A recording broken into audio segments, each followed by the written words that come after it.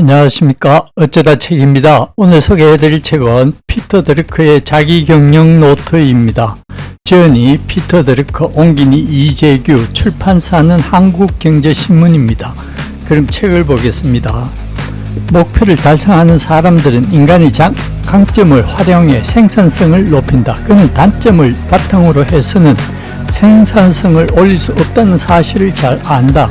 결과를 얻기 위해 우리는 이용 가능한 모든 강점을 활용해야 한다.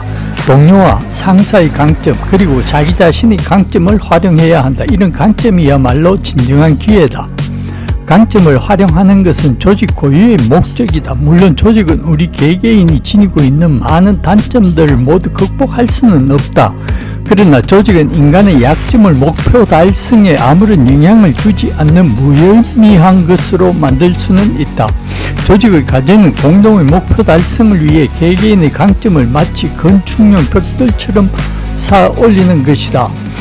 강점이 기초한 인력 배치, 강점을 활용해 생산성을 올리는 문제와 관련해 우리가 가장 먼저 부딪히는 분야는 인적 자원의 배치다. 목표를 달성하고 최고 경영자는 발령을 내거나 승진을 시킬 때 그 사람이 잘할 수 있는 일이 무엇인가를 판단 기준으로 삼는다. 목표를 달성하는 최고 경영자는 인적 자원 배치에 의한 의사결정을 내릴 때 대상자의 단점을 최소화하기 위해서가 아니라 강점을 최대화하기 위한 결정을 내린다. 아무런 단점이 없는 사람을 찾는다거나 그런 사람을 배치하려고 노력하는 사람은 기껏 평범한 인사 배치로 끝나고 말 것이다.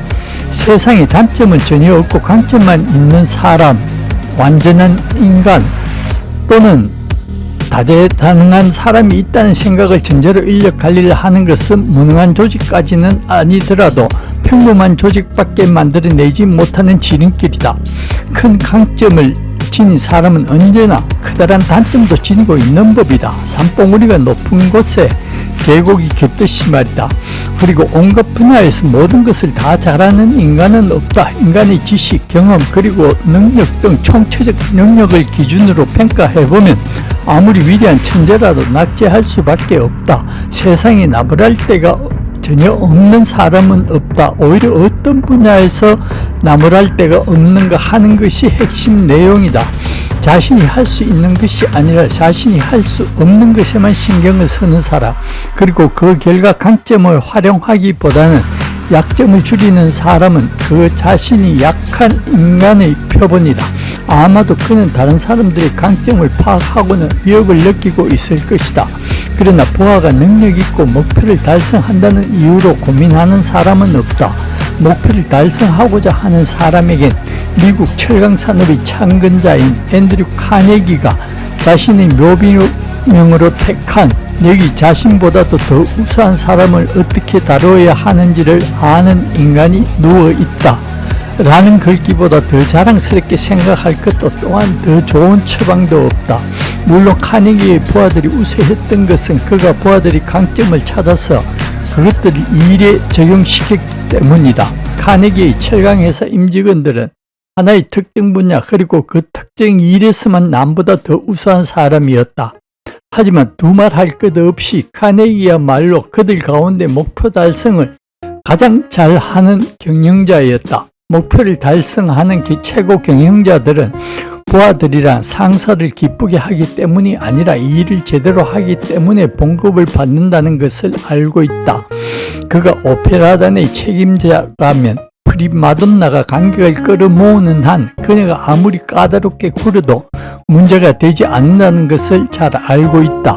만약 프리마돈나가 뛰어난 공연을 하기 위해 까다롭게 구는 것이 자신의 천성인 경우 무대 감독은 급료를 받기 위해 그 프리마돈나의 성과를 참고 견딜 수밖에 없다. 인류 교수나 뛰어난 학자가 학장에게 기분 좋게 대한다든가 교수회의에서 협조적이라든가 하는 것은 문제가 되지 않는다.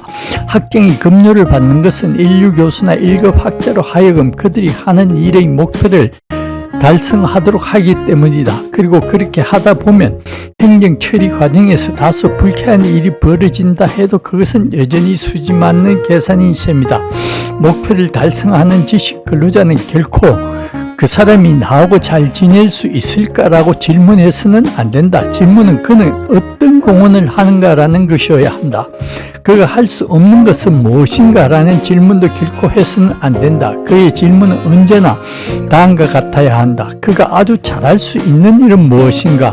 그들은 인사 배치를 할 때 한 가지 중요한 분야에서 우수한 능력을 가진 인재를 찾아야지 모든 것을 두루 잘하는 다재다능한 사람을 찾아서는 안 된다. 한 가지 분야에서 두드러진 강점을 가진 사람을 찾고 그 사람의 강점을 이 일에 적용시키려고 노력하는 것은 그렇게 하는 것이 인간의 본성에 적합한 것이기 때문이다. 사실 전인적인 사람 또는 원만한 성격 운운하는 말 뒤에는 사람의 가장 특수한 재능, 즉 한 가지 활동, 한 분야의 사업, 그리고 한 영역의 성과를 위해 어떤 사람의 모든 자원을 투입하는 능력에 대한 깊은 모멸감이 숨겨져 있다. 다시 말해 우수성에 대한 질투심이다. 인간의 우수성은 한 가지 분야 또는 기껏해야 극소수의 분야에서만 실현될 수 있을 뿐이다. 다양한 분야에 관심을 갖고 있는 사람들은 실제로 존재한다. 그리고 그들이야말로 우리가 만능천재라고 말할 때 그 의미에 꼭 걸맞은 사람이다. 그러나 많은 분야에서 탁월한 업적을 이룬 사람은 존재하지 않는다. 심지어 레오나르도 다빈치조차도 자신의 폭넓은 분야에 걸친 관심에도 불구하고 오직 미술 분야에서만 뛰어난 업적을 남겼다. 만약 게테의 시가 모두 사라지고 그의 업적이라고 알려진 남은 것들이 모두 광학이나 철학에 관한 이런저런 것뿐이었다면 그는 아마도 가장 수준 높은 백과사전의 각 주에조차 올라있지 않았을 것이다.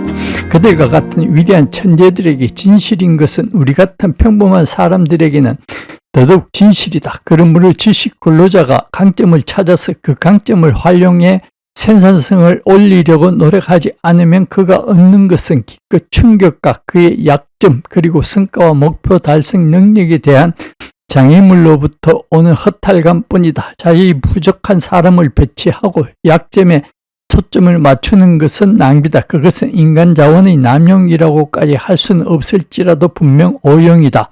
강점에 초점을 맞추는 것은 높은 성과를 올리기 위한 것이다. 그가 무엇을 할 수 있는가라고 먼저 질문하지 않는 사람은 동료들이 실제로 공헌할 수 있는 것보다도 훨씬 낮은 수준에서 만족하는 경향이 있다.